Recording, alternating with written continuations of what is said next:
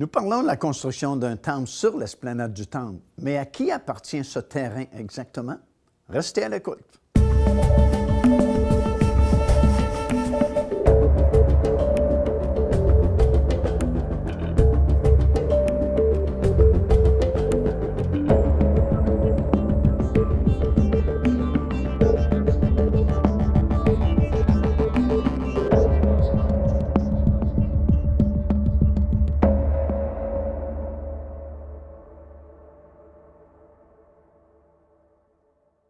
Je suis très heureux de vous accueillir encore une fois à votre émission Les Actualités prophétiques, où nous discutons de beaucoup d'accomplissements prophétiques qui nous prouvent encore une fois hors de tout doute que nous sommes une génération particulière parce que nous sommes la génération qui verra le retour de notre Seigneur Jésus-Christ. Bien, en début d'émission, on a posé une question vraiment très intéressante parce qu'on a parlé de la construction d'un futur temple sur l'esplanade du temple à Jérusalem. On a discuté de l'endroit où on pourrait construire le temple sur l'esplanade du temple, mais une question vraiment fondamentale, comme on a posé en début d'émission, à qui vraiment appartient ce terrain-là? À qui l'esplanade du temple appartient-elle? Est-ce à Israël? Est-ce au monde arabe? À qui appartient ce terrain, qui est sans doute le terrain le plus convoité du monde entier et l'endroit probablement le plus volatile aussi du monde entier? Bien, heureusement, on a vraiment une transaction commerciale qui a été enregistrée dans la Bible, alors que le roi David a bel et bien acheté et payé, on a même le prix du contrat, 600 cycles d'or pour ce terrain-là sur lequel on a construit le temple et on a construit l'esplanade du temple. Donc, le terrain appartient vraiment au peuple juif parce que nous avons la transaction commerciale écrite noir sur blanc dans la Bible. En fait, c'est dans le livre des Chroniques, c'est dans 1er Chronique, le chapitre 21. Et c'est à la suite d'une histoire qui nous est racontée justement dans ce chapitre-là, à l'époque du roi David, alors que celui-ci avait décidé de faire un dénombrement de tous ses soldats, de toute son armée, et il avait oublié certaines choses, certains commandements du Seigneur lorsqu'un dénombrement était fait. Et à cause de cela, il a été puni par le Seigneur et le Seigneur lui a offert différents types de punitions, si vous voulez, et il a choisi de tomber entre les mains de l'Éternel. Et à ce moment-là, il y a un jugement qui est tombé sur les habitants de la ville de Jérusalem. En fait, la peste a touché plusieurs personnes dans la ville et les habitants souffraient énormément. Et David, il a intercédé en faveur du peuple pour que Dieu cesse sa punition sur les habitants de la ville, disant « c'est moi qui ai péché et non pas les habitants de la ville ». Et au moment où il faisait son intercession, l'ange exterminateur était là dans le ciel avec son épée, pointée sur un terrain en particulier, qui appartenait à l'époque à un monsieur Ornan, qui était un Jébusien, parce que l'ancien nom de la ville de Jérusalem, c'était Jébu, et ça appartenait aux Jébusiens qui habitaient le pays de Canaan autrefois. Et lorsqu'Israël a fait la conquête du pays de Canaan, ils ont chassé la plupart des habitants qui étaient là, mais ils n'avaient pas réussi à chasser les Jébusiens et avaient plutôt fait un compromis avec eux, et ils n'avaient pas déménagé les Jébusiens, ils étaient restés sur place. Et justement, l'ange avait la pointe de son épée vers le terrain de M.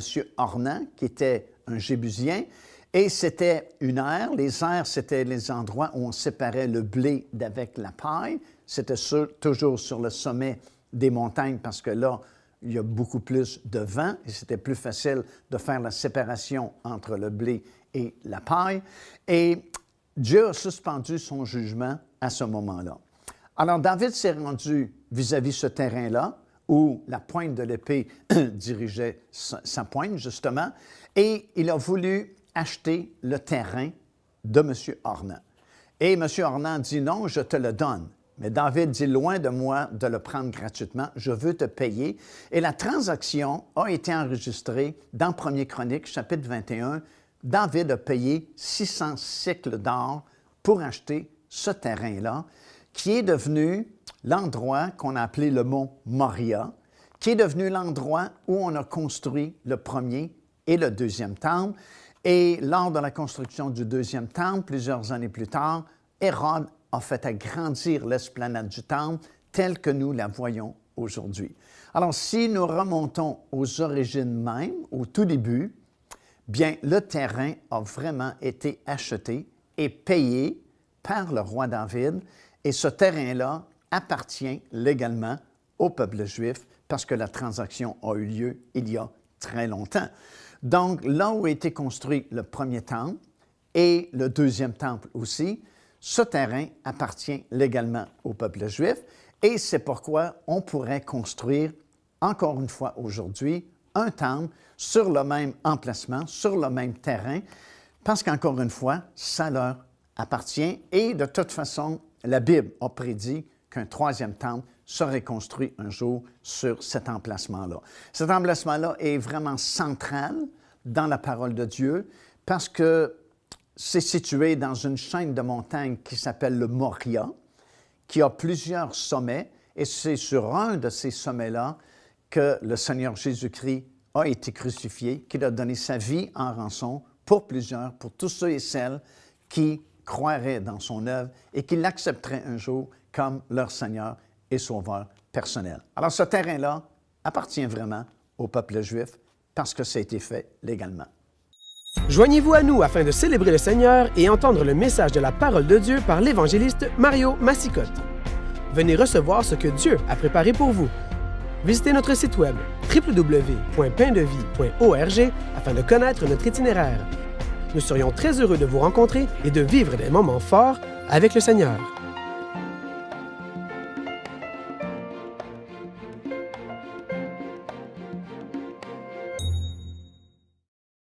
Dans 1er Chronique, le chapitre 21 et au verset 25, vous avez la transaction de cet achat qui est mentionné noir sur blanc dans la Bible avec le prix qui a été payé par David. Donc, ce terrain-là appartient vraiment à Israël. Bien sûr, au cours des siècles, au cours des années qui se sont écoulées après l'achat officiel par le roi David, plusieurs nations se sont emparées de ce terrain-là et ont administré les choses qu'ils voulaient parce qu'Israël a subi beaucoup de tribulations, a même été dispersé après l'invasion romaine en l'an 70. Le peuple a été expulsé d'Israël, ont été dispersés un peu partout dans le monde. Et à partir de ce moment-là, ce territoire-là a changé de main à plusieurs reprises. Les Babyloniens sont venus autrefois et se sont emparés de la ville de Jérusalem. Ils avaient détruit le temple, eux aussi, avaient emporté à Babylone les ameublements, les vases et tout ce qui faisait partie de ce temple-là à Jérusalem à cette époque-là. Après les Babyloniens, ça a été l'empire de la Perse qui a contrôlé Israël et Jérusalem. Et pendant plusieurs années, c'était la Grèce, avec les conquêtes d'Alexandre le Grand, qui ont contrôlé cette région-là et contrôlé la ville de Jérusalem.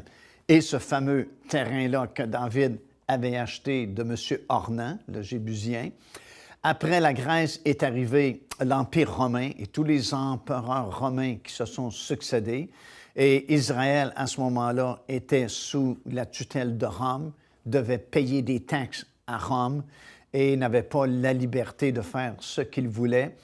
Et après la chute de l'Empire romain, il y a eu la séparation entre l'Est et l'Ouest, et l'Empire ottoman a pris le contrôle de Jérusalem, de la région d'Israël, de la région du Temple, de ce terrain-là qui avait été légalement acheté par David aussi. Après l'Empire ottoman, différentes nations se sont partagées le contrôle d'Israël. Finalement, jusqu'en 1967, alors que la Jordanie possédait la vieille ville de Jérusalem et contrôlait l'esplanade du Temple et le Temple lui-même, ou la région du Temple plutôt, à cette époque-là. Et c'est dans ces années-là qu'il y a eu cette fameuse guerre où l'Égypte avait décidé d'anéantir Israël et de pousser Israël dans la mer, comme on a souvent dit. Et curieusement, dans la coalition que l'Égypte avait formée à l'époque, la Jordanie ne voulait pas participer. Mais ils ont convaincu la Jordanie de participer, leur promettant, parce qu'ils étaient certains de gagner la guerre, parce qu'ils étaient beaucoup plus nombreux qu'Israël à l'époque, ils ont promis à la Jordanie qu'en gagnant, non seulement la Jordanie contrôlait la vieille ville de Jérusalem, mais on donnerait à la Jordanie le contrôle de toute la ville de Jérusalem. Mais bien sûr, comme tout le monde le sait, ils ont perdu cette guerre-là et Israël a fait beaucoup de gains de terrain jusqu'aux hauteurs du Golan. Ils ont récupéré toute cette grande région-là au nord, mais ils ont surtout regagné la vieille ville de Jérusalem. Il y a une bombe qui a éclaté tout près de la porte des Lions qui a permis aux soldats israéliens de passer au travers la porte des Lions. Et si vous traversez par la porte des Lions, vous êtes juste en face du mur de lamentation. Et très rapidement, les soldats se sont rendus au mur de lamentation.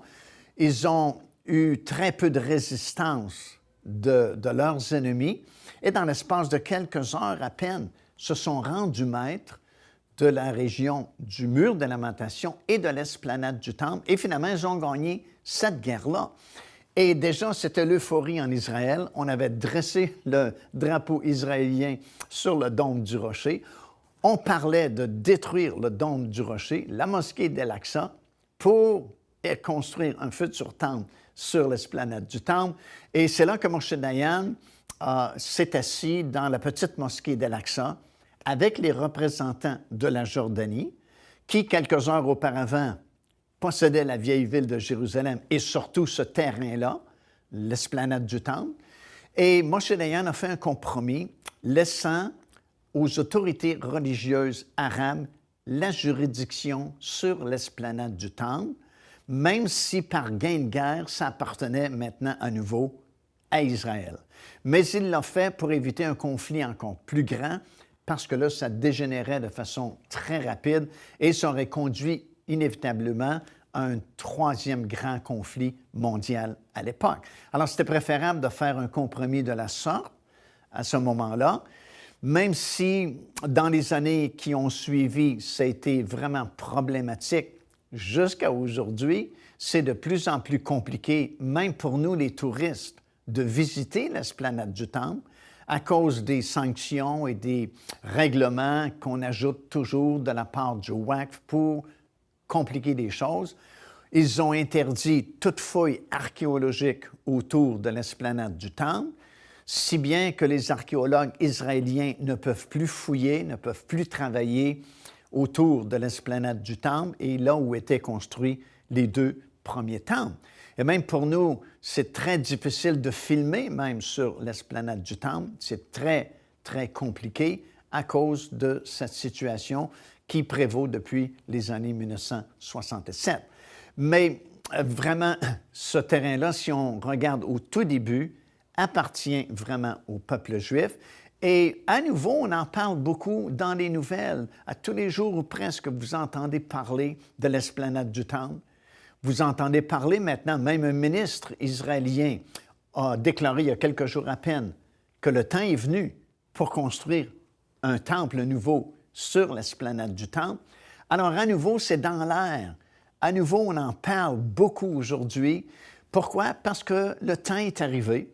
Toutes les autres prophéties sont accomplies et il faut bien que cette prophétie-là de la construction d'un futur temple s'accomplisse aussi et ça se fera très bientôt, évidemment, sur ce terrain-là qui appartient légalement à Israël. Procurez-vous cet enseignement disponible dès maintenant sur notre site web au www.paindevie.org. En visitant notre boutique web, vous pourrez commander ou même télécharger les enseignements. Vous trouverez aussi plusieurs autres produits contenant des centaines de sujets pour votre édification. Alors, comme nous l'avons mentionné, tout est prêt en Israël pour la construction de ce futur temple, ce troisième temple, finalement, sur cet endroit-là qu'on appelle l'esplanade du temple. Et comme on a mentionné dans les émissions précédentes, le seul endroit où c'est vraiment possible de construire un autre temple, c'est sur cet espace qui est vide et qui est situé au nord du dôme du rocher.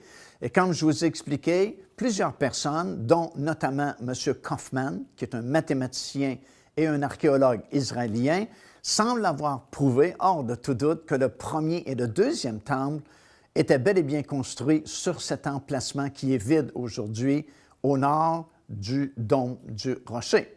Et la parole de Dieu nous affirme effectivement qu'un troisième temple sera construit à cet endroit-là.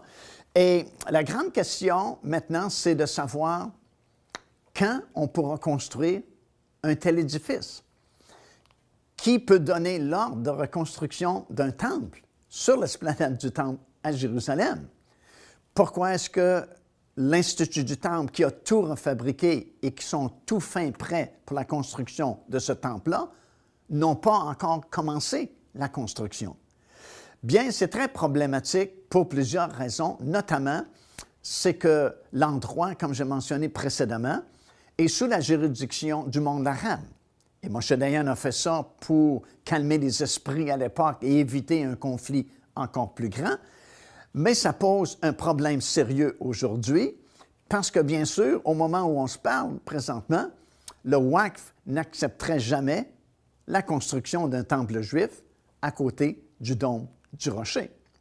Pourtant, la Bible dit qu'effectivement, un temple sera construit là un jour. Alors, qui pourra donner l'ordre de reconstruction d'un temple sur l'esplanade du temple à Jérusalem? Bien, la seule façon qu'on peut comprendre qu'un ordre pourrait être donné de construire un temple sur cet endroit-là, sur l'esplanade du temple, bien, le seul qui pourrait donner cet ordre-là, c'est le Messie. Et c'est ce que les autorités de l'Institut du temple croient aussi. Sauf qu'eux croient que le Messie va se présenter, parce qu'eux, bien sûr, n'ont pas accepté Jésus comme leur Messie lorsqu'il est venu il y a 2000 ans passés. Donc, ils attendent encore leur Messie. Et eux, ce qu'ils disent, on a tout préparé, parce que c'est comme si on avait à cœur de préparer ces choses en vue de l'apparition de notre Messie. Ils disent, on sait qu'on est dans des temps messianiques et que justement notre Messie est sur le point de se manifester. Et lorsqu'il va se manifester, bon, on aura fait tout le travail de préparation et lui pourra donner l'ordre de construire un temple sur l'esplanade du temple. Bien sûr, comme j'ai déjà mentionné, eux croient que d'une façon miraculeuse, soit par un tremblement de terre ou un autre événement majeur, le dôme du rocher va disparaître et que le Messie va donner l'ordre de construire le temple sur l'esplanade du temple. Bien, ce que nous savons par la parole de Dieu, c'est que avant que le vrai Messie ne se présente à Israël et qu'il pose son pied sur le sommet de la montagne des Oliviers et établit son royaume sur la terre qui ne passera jamais, il y a un faux Messie qui va d'abord venir et se présenter à Israël, et Israël va tomber dans le panneau et va accepter ce faux Messie-là comme son vrai Messie. D'ailleurs, c'est Jésus lui-même qui avait dit au peuple juif, « Moi, je suis venu au nom de mon Père, et vous m'avez rejeté. Un autre viendra en son propre nom, et vous l'accepterez. » Alors, ce que nous voyons par la parole du Seigneur, étant donné que la majorité des signes qui nous ont été donnés pour nous prouver la proximité de son retour au Messie sont déjà accomplis, le peu qui reste, parmi ces peu de choses qu'il reste, il y a cet homme qui doit faire son émergence au Moyen-Orient, et cet homme va signer un traité de paix et de sécurité pour une période de 7 ans. Et lorsque cet homme fera son apparition, pour le peuple juif, ce sera leur Messie. Pour le monde arabe, ce sera leur Mahdi, parce que c'est le Mahdi, eux, qu'ils attendent. Pour le monde, ce sera un génie politique, parce qu'il va apparaître à la suite d'un chaos mondial, sans doute la défaite de la bataille de Gog et Magog, qui va causer un chaos mondial au point de vue militaire, économique et politique. Et on va devoir former une alliance de façon très urgente. Et de cette alliance-là, cet homme va pouvoir émerger, signer faire signer ce traité-là de paix et de sécurité, et Israël va reconnaître cet homme comme son Messie, et l'ordre de construire le temple sera donné par cet homme-là. Et effectivement, la construction va prendre, selon Daniel, 220 jours, parce qu'il nous donne ces informations-là dans son chapitre 8, des versets 11 jusqu'à 14, et on peut en déduire que ça va prendre 220 jours pour reconstruire ce temple-là. D'ailleurs, le rabbin qui est en charge de l'Institut du Temple, M. Richmond, a déclaré récemment que ça va prendre à peu près 6 mois pour construire le nouveau temple sur l'esplanade du Temple à Jérusalem. Devenez partenaire avec ce ministère par votre soutien financier et aidez-nous à planter le flambeau de l'Évangile à travers le monde entier. Vous recevrez un enseignement audio à tous les mois de la part de l'évangéliste Mario Massicotte, ainsi que notre bulletin de nouvelles prophétiques incluant des enseignements bibliques, des nouvelles du ministère et des commentaires sur les actualités prophétiques, telles que vues pendant cette émission. Débutez dès aujourd'hui en visitant notre site web www.paindevie.org ou par courriel à info@paindevie.org ou en nous écrivant à Pain de Vie, casier postal 426 800 Square Victoria, Montréal, Québec, H4Z 1J7. On veut parler d'un autre accomplissement prophétique qui est exclusif lui aussi à notre génération, chez Israël, c'est que les déserts sont déjà refleuris. Alors, on est dans une série où on constate que nombreux accomplissements prophétiques se sont réalisés dans une seule génération, la nôtre. Et ce sont des accomplissements, comme on a mentionné, exclusifs à notre époque, ce qui devrait nous faire penser qu'on est une génération vraiment particulière, parce qu'encore une fois, depuis la venue du Seigneur Jésus-Christ, il y a plus de 2000 ans maintenant, bien, aucune de ces prophéties-là ne s'était accomplie et aucun prédicateur pouvait se tenir devant son assemblée un dimanche matin et dire à ces gens « Oh, voilà une grande prophétie qui vient de s'accomplir et ça prouve que Jésus revient bientôt. » Parce que pendant presque 2000 ans, aucune prophétie concernant les derniers jours ne s'est vraiment accomplie. Mais soudainement, dans l'espace d'à peu près une génération, régulièrement, des signes, des accomplissements prophétiques se produisent dans les 3 groupes simultanément, Israël, les nations et l'Église de Dieu. Et si ça ne nous parle pas, si ça ne nous réveille pas d'une façon ou d'une autre, ben il n'y a pas grand-chose d'autre qui pourra nous réveiller, parce que c'est vraiment remarquable que soudainement, toutes les nombreuses prophéties s'accomplissent dans une seule génération, la nôtre. Ben, c'est un grand signe qu'il y a quelque chose de spécial qui se passe à notre époque. Et déjà, on est rendu à notre 7e accomplissement prophétique en Israël. Imaginez, on est juste dans une catégorie 1 sur 3, Israël, et on est à notre 7e prophétie, accomplissement prophétique qui s'accomplit et qui est exclusif à notre génération. Les déserts sont refleuris. Ça, ce sont d'anciennes prophéties qui ont été données par des prophètes de Dieu dans l'Ancienne Alliance autrefois, comme devant se produire dans les derniers jours. Et présentement, ces prophéties-là, elles sont toutes accomplies. Regardez quelques-unes, il y en a plusieurs autres, mais j'en ai choisi juste quelques-unes. Par exemple, le prophète Ésaïe, chapitre 35, et le verset 6, il dit ceci: « Des eaux jailliront dans le désert et des ruisseaux dans la solitude. » Le même prophète, Ésaïe, au chapitre 41 et au verset 18, a déclaré ceci de la part de Dieu. Il dit « Je changerai le désert en étang et la terre aride en courant d'eau. » Le même prophète, dans le chapitre 41 et le verset 19, juste le verset après, il dit « Je mettrai dans le désert le cèdre, l'acacia, le myrrhe et l'olivier, afin qu'ils voient que la main de l'Éternel a fait ces choses. » Et vous pouvez prendre plusieurs autres prophètes de la Bible, Jérémie par exemple, et plusieurs autres, et ils ont donné plusieurs paroles prophétiques disant que dans les derniers jours,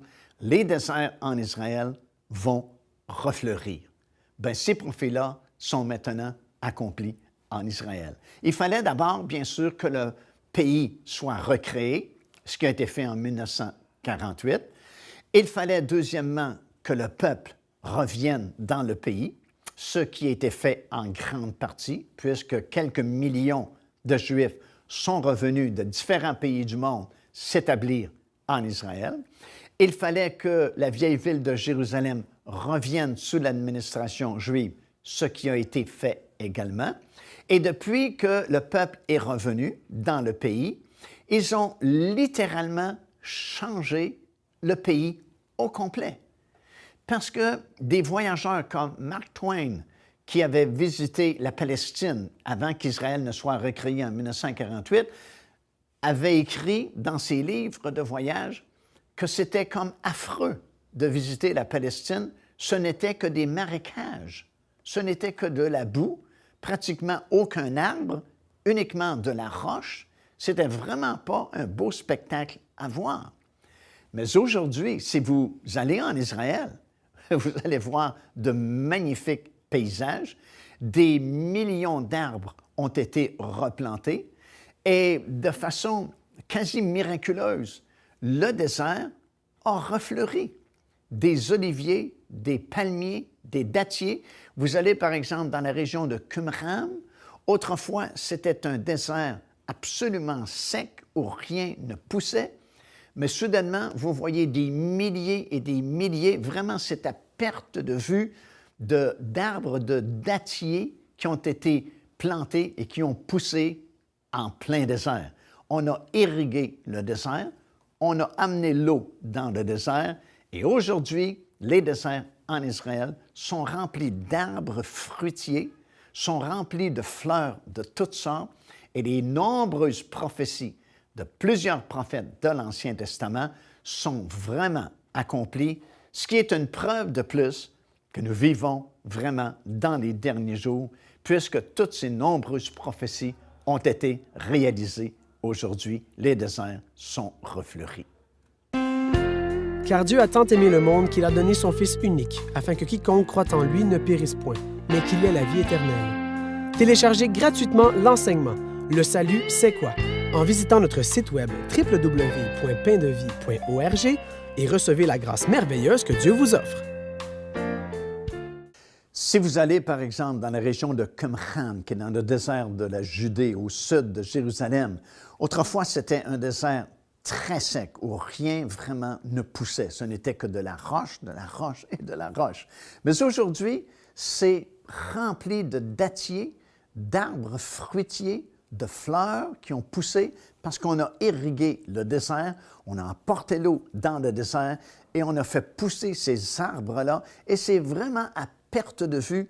Vous avez dans la région de Qumran des milliers et des milliers de dattiers qui ont poussé dans tout ce grand désert qui était très aride autrefois.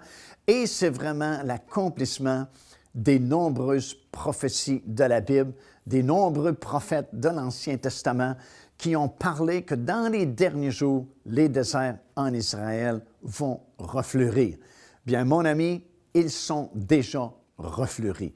Vous allez dans tous les déserts ou presque en Israël et c'est le même phénomène qui s'est produit. Autrefois, ces déserts étaient absolument secs, rien ne poussait, mais aujourd'hui, vous avez des arbres fruitiers, vous avez des dattiers, vous avez des palmiers, vous avez même des étangs d'eau qui sont là en plein désert. Et c'est vraiment le miracle de Dieu et c'est surtout l'accomplissement de ces prophéties-là qui nous prouve hors de tout doute que nous sommes une génération particulière parce qu'encore une fois, c'est un accomplissement prophétique, ces déserts-là qui sont refleuris, qui est exclusif à notre génération. Aucune autre génération avant la nôtre n'a vu ce phénomène se produire, n'a vu ce miracle arriver, les déserts qui sont vraiment refleuris partout en Israël.